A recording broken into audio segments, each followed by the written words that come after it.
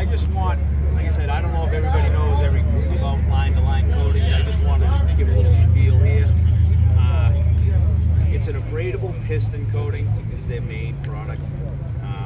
When you build your engine, you have a piston wall clearance, and you run it for a while. Now it's time to freshen. You got to hone it out again, and now you got too much piston to wall clearance.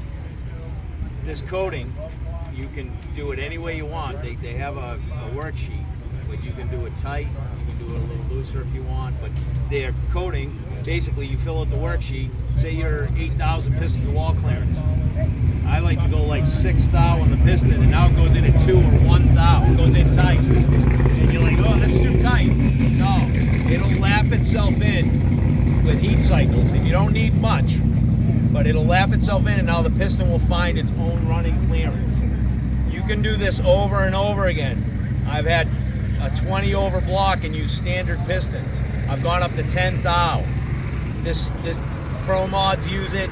I mean, the stuff, it really works. I've been using it for 10 years. But a lot of people, it wears itself in. It don't keep going. It doesn't keep going. Once it finds its running clearance, the oil gets in there and does its job, and it stops wearing.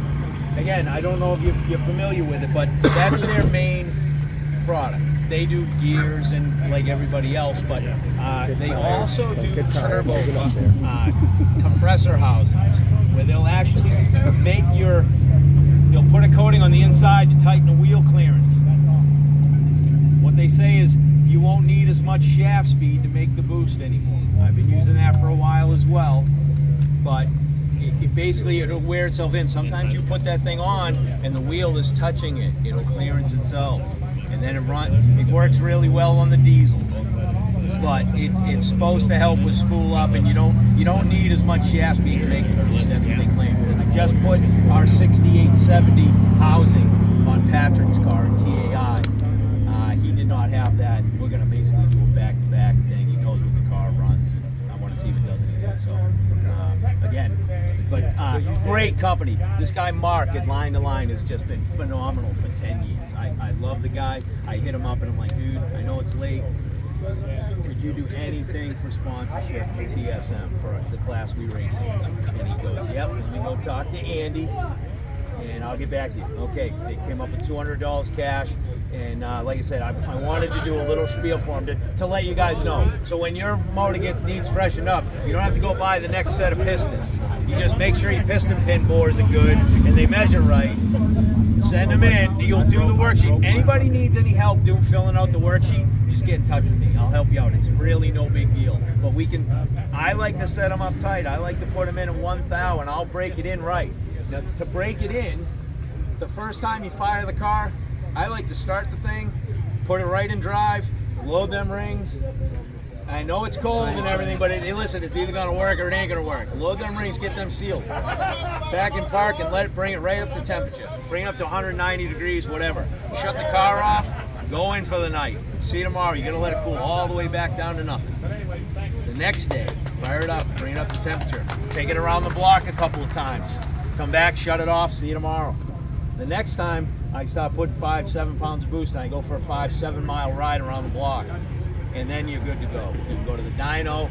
Now you can make it so it's not quite as tight. Like you could do 3 thou piston to wall, and you don't need such a break-in. But I like to let the thing wear it in itself. You know what I mean? I'm doing tight. I haven't had an issue yet. It's funny though. The first time you bring it to temperature, you tell it's tight because you don't want to idle. You know what I'm saying? The thing's like. So shut the thing off and you come back the next day and it's different. But like I said, neat stuff. I've been using it for a while, so. But like I said, you don't have to keep buying pistons over and over again or whatever. You know what I mean? I put it on up to 10 thou thick. You know what I mean? So I had a 20 over. Yeah. Yeah. And I had a 30 over block. Gotcha. You could have done that. Yep. Yep. Without a problem. Yep. Would have worked perfect. Yep. What's it cost? About $280. It's a little bit of money, but again, their turnaround time is good. You're right. No, exactly. And dude, I have reused pistons. I freshen our shit up every winter. I reuse the same pistons over and over and over again 5 years in a row. As long as the piston pin bores look good. You know what I'm saying? But we've got one car right now that is potentially fixing your stuff. He's ran in the class before. I'll go look at his car. I don't think there's any issues. Walk down. If anybody has anything that you see that ain't right,